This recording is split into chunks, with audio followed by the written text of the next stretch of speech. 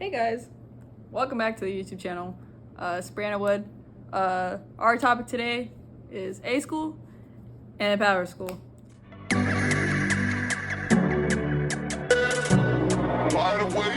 It's been a year since I posted my last video. I've now been to both and have completed both, and in almost the second half of prototype, which is crazy to say out loud. Better late than ever. Let's talk about A-School and Powerschool. With A-School, right? It's your next step once you get out of recruit training command.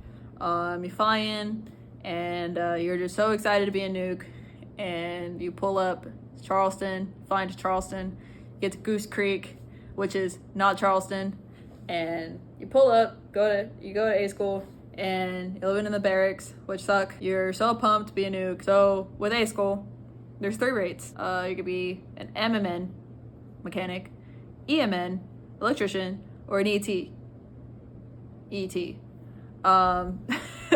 So you will be chosen as one of those 3 rates. Once you are in recruit training, you get to make a dream sheet. This is most likely up to the needs of the Navy, and you'll probably not get what you want.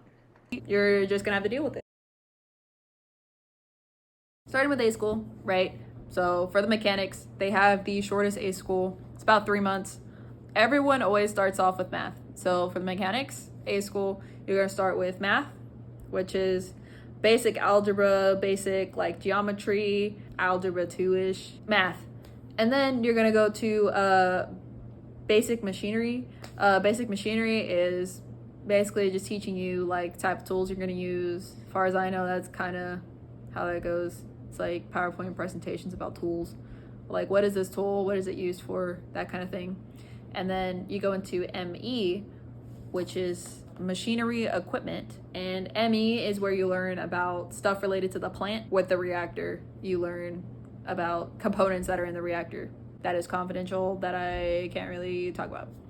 But you'll learn about the components that actually relate to the plant, how basic machinery leads into the actual machinery of the reactor itself and the plant itself. Next, ETs and electricians. Our courses are very similar until we get to the very last. The wires, we start with math, which is math. Then we go into basic electricity. So basic electricity is a lot about like electrons, how electrons make current, and how all of that stuff works, right? You'll learn about all of basic electricity concepts to become an electrician. Also, by the way, all of this stuff you can find online once you get to A-School. So usually if you're struggling with a concept, there's probably a YouTube video that you could watch to learn said topic. After basic electricity, then you go into E-Funds, which is electronic fundamentals, which sucked. You learn about more electricity, diodes, and really weird electrical equipment. That course was hard for me. And then after E-Funds, you go into Dig. So digital is where you learn about like microprocessors and like computer chips and stuff. Well, you learn about how microprocessors work. For me, well, for most people, it goes one of which way. Either you're really good at digital or you like really, really suck at Dig. And I was actually really good at Dig. And then the last course is where ETs and electricians kind of split. So ETs, you'll do basically, it's like INC, so instrumentation and control. Because ETs work on low voltage equipment, you're going to be learning more about like circuit cards and switchboards, and how you as a electronics technician actually use that knowledge to operate the plant. Standing reactor operator, kind of. You learn like a little bit, but like not really. For the electricians, you go into equip, which is electronic equipment or electrical equipment, I guess I should say, which is where you learn how to do your job. Electricians, I personally loved equip. I had a really good instructor who I bumped heads with at first, but equip was a fun time. You get to do like practicals and stuff, so that was really cool. So you learn about like motors and generators and turbine generators and how that stuff relates to what you do, because as an electrician, you work on high voltage equipment while the ETs work on low voltage equipment. So that's the only reason why those two differ. I went through A-School, and personally I struggled a lot at the beginning of A-School, mainly because I didn't understand how to get started, which I feel like is not that big of a problem, because most people don't really know what they're doing. I graduated A-School with like a 3.2 overall GPA, so kind of middle of the road. Not dumb. Well, not the lowest of the class, but also not the top of my class either, with equip being like the highest of my scores. Best part about A-School is you have a lot of free time in A-School if you choose not to spend it in the Rickover, which most people spend more time in the Rickover because they feel like they have to be like really good. I just decided to prioritize my time outside of A-School, so like I went to a lot of places in Charleston, which kind of sucked because I had to Uber everywhere, but because I didn't have a car yet. But it was still pretty fun getting to know Charleston and getting to go to like the aquarium and stuff. A-School is a lot of starting things new. You're also going to be PTing at least like 3 or 4 times a week, which is a variety of cardio related activities. As an electrician specifically, we run 5Ks every 2 weeks, all of the electricians. So you will be running a 5K every 2 weeks with all of the electricians, which kind of sucked, but also helped you on your run to pass your PRT, because in order to graduate A-School, you also have to take a graduation PRT, which you have to get a relatively good score on to go to Powerschool. But you need to pass it in order to make 3rd class. But yeah, sir. Graduated A-School, did all that jazz, made 3rd class. Then you go to Powerschool, which is on same building, just the opposite side, right? Powerschool was definitely a trip, to say the least. Most people went into Powerschool with 2 separate mindsets. It's either you like kind of sucked at A-School, so in Powerschool you immediately were like in your grind, like you knew that shit was going to be hard, or you were somebody that kind of coasted through A-School and you started off Powerschool kind of thinking it was a joke, and then Powerschool kind of hit you hard at first, because some people are blessed and they get to be good at both, right? Some people are like middle of the road, even bottom of the class in A-School, and then excel super high in Powerschool. And then other people could be like middle of the road or higher students and immediately suck at Powerschool and have to do things that they've never done before. So there were a few people in my class that they were like middle of the road students in A-School, and they got to Powerschool and started failing exams and had to do like remedials and stuff like that. And it was stuff they'd never done before. So they didn't really know how to take it. If you get in the mindset of like, I'm failing, I'm gonna do bad, like I'm gonna do bad on the next one, instead of picking yourself up to do better on the next one, you can definitely fall into that trap in Powerschool and just fail exam after exam. Because in Powerschool, you take 3 courses at a time, and which means there's 3 times as much homework as you were doing in A-School, but you're studying for multiple exams in a week sometimes. You might have 3 exams in a week. You might have 2 exams in a week. You might only have 1 exam in a week. And you also have to PT and take time to like keep your personal life, if you decide to have one. If you're like in a relationship or something, like you also gotta make time for that. Powerschool is definitely hectic. It's definitely overwhelming at first, just like A-School was, but in a different way. Because as soon as you start getting used to A-School, then you get flipped into Powerschool, and it's like a whole different ballgame, right? Me personally, I did really well in Powerschool. Powerschool, I graduated kind of top of my class. I graduated with a 3.5 GPA, so I graduated distinguished. Powerschool is like, take that basic stuff and kind of like shove it in the back of your brain, right? Guess what you start with? Fucking math. So you start with math, and I was just like, man, Powerschool's gonna suck. Like, I can't do math. And I like scooted my way through math, right? You're also taking RPS, which is basically like baby RP.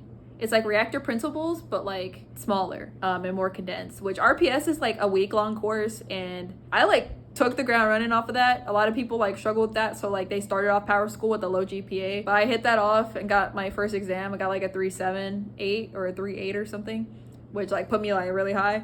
So that was really cool. You start off with math, physics, RPS, and then once you get out of RPS, then you start taking heat transfer.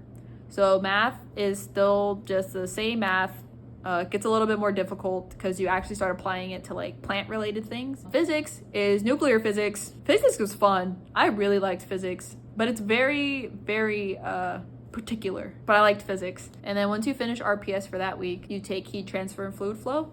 And heat transfer and fluid flow is just like it says, you talk about heat transfer and fluid flow because heat transfer occurs in the reactor and you need to know how that works. That course, a little bit difficult, but I also did pretty well in that course. So then those are like your first half courses. That's like 3 months because Powerschool is 6 months total, right? So you're gonna take those 3 classes for about 3 months. The last 3 months, you're gonna take your big ones, all right? So that's whenever you start to take RP, Reactor Principles. RP is no shit, in my opinion, the hardest fucking course in Powerschool. I fucking hated RP. My instructor was kind of dog shit, and RP is not necessarily one of those subjects that you can kind of teach yourself. If you suck at RP, you need to get help. Like, you need to go talk to somebody, you need to go talk to a chief or some shit to like help you get better, because if you struggle like RP1, RP2, you're just going to end up failing the course because you need to get back on your feet like almost immediately. And RP is like the fundamental course of understanding like the nuclear side of your rate, because that's what Powerschool is pretty much, is learning how those basic fundamentals nuclear related. Because like basically in A-School you get like, you're like an electrician, you're a mechanic, but you're not like a nuclear electrician or you're not a nuclear mechanic yet. I did okay in RP, but it was really hard and I like studied so hard in RP. And then you also will take chemistry. So it's CMR, chemistry, materials, and radiological fundamentals, rad funds, which all come like back to back. It's one course of CMR, but like you'll take chemistry for like 2 weeks, you'll take materials for like a week, and then you'll take rad funds for like the rest of the weeks, right? Roughly around that many weeks. So chemistry, it's chemistry. Materials is like learning about like why and what type of materials are used in the plant. And then rad funds is a lot of math about like the radioactivity side of the nuclear plant. And then you'll also take SI, or you'll take, I don't know what it's referred to for the mechanics, but for the wires it's SI. But it's basically where it's like an amplifying course on what you learned in A-School, and it's your in-rate course. Because you'll take in-rate and you'll take cross-rate. You'll take cross-rate first, and it's basically like for the wires, so for the ETs and electricians, you're gonna learn about what the mechanics do and how the mechanics operate the plant. And then for the mechanics, you're gonna learn a little bit about what the electricians do and then a little bit about what the ETs do. The mechanics definitely have a little bit more because ETs and electricians are different enough to make a difference. And then for the wires, we have to learn a lot of what the mechanics do, which is definitely hard, but I also did pretty well in that class. And then once you get done with your cross rate, then you'll do your in rate, which is your A-School but on steroids, and then also applying that to the plant. And this is where you learn like exactly how you fit into the plant and exactly how what you do affects the plant and exactly what your job is, which was so nice to finally hear after like 8 months of being in school. Like I've already mentioned, the hardest thing about Powerschool was getting used to it not being like A-School, because it's definitely a trip going into Powerschool. Powerschool, I had less time, but because I was doing so well, I ended up getting more time towards the end of it. But Powerschool was a good time. In my opinion, I enjoyed Powerschool more than A-School because Powerschool was more interesting to me. So it made me just want to just learn more in general. A-School was kind of boring to me after a while, because it's like you're beating a dead horse with just basic fundamentals of everything and you just want to know what your job is. So that's why Powerschool was like really fun. And then in the middle of that, your transition between A-School and Powerschool, you'll have T-Track. So T-Track is basically where like you're in like a training limbo of you're off because you graduated from A-School, but like they're kind of prepping you for Powerschool if you need a remedial. So like if you're like in the bottom half of your class, or you're like your GPA was low, really low in A-School. You'll get like a remedial for Powerschool to like get you ready for Powerschool. But in T-Track, you'll stand watch. So you'll stand watch around, which you'll learn about it when you get there. But it's basically standing watch, and then you'll have free time when you're not on watch. And then you muster and you like clean, help take trash out, whatever. T-Track sucked. It was nice having a lot of days off to like go to the beach and hang out with friends or whatnot, right? So A-School, Powerschool. That's it on A-School and Powerschool. I hope this video like kind of helps. There's not much I could do with like talking about like exactly what happens, what's taught in A-School and Powerschool. I can only go so deep. Some things to note also. I'm gonna end this video by like saying something that you should be like preparing for in the pipeline, because I have seen situations where people who have not prepared have been overwhelmed at the end of Powerschool. Number one, get a car. Just get one. I've personally been screwed over in prototype, my roommate not having a car. So I would say just go ahead and get the car. You need to save money to get a car. Buy the damn car. Don't go and buy like a 2023 unless you want to. Go find a decent car and get a car loan. And then second, get a credit card like as soon as you get out of boot camp. Get a credit card. Start like saving money. Start building credit, because a lot of times when you go look at like some apartment complexes like expect you to have credit, but credit also helps with getting a car loan. Do those two. Save your money, but also don't neglect the opportunity to go out and explore Charleston because you're trying to save money. Get one of those like automatic like saving accounts where it like takes money out of your paycheck to like go in there, so like you don't have to worry about saving your money, and then spend the money you have. Go out, go watch a movie, go hang out with friends, because I definitely think that like saved my mental health in the pipeline, is just going out, just being out, like try not to stay in my room all the time. And another thing is be open to meeting a lot of new people. Always talk to people. Try to give your best impression to everyone. You never know what anybody's going through. Meet some cool people, hang out with some cool people. You're gonna make friends. You're gonna find people that have similar interests in you. You're gonna find they'll get you through as long as you ask for help. Always ask for help. Don't ever feel like you can't ever ask for help.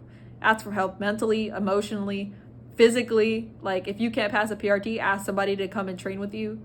And also academically. Always ask staff if you're struggling with something, or ask like somebody from Powerschool if you're in A-School, if you're struggling. Or if you're in Powerschool, like ask a senior class. I really hope this video like sheds some light on a lot of topics that might not be covered in the previous YouTube videos. I was always told that there were thousands of people that came before me that are in the fleet, almost to the fleet, or already out of the fleet, that have done this before you, that have gone through all the struggles you have. The people that try, the people that want it, will get through the program. That's probably like the best advice I can share as well, is as long as you try, as long as you put your best foot forward, they'll get you through. Or you feel like this isn't something you want to do anymore, definitely find your way of getting out. But it's not the end. Kind of serious, but I did want to say that. Thanks for watching. Hope this answers some questions. If you have any more, leave them in the comments below, and see you on the next one.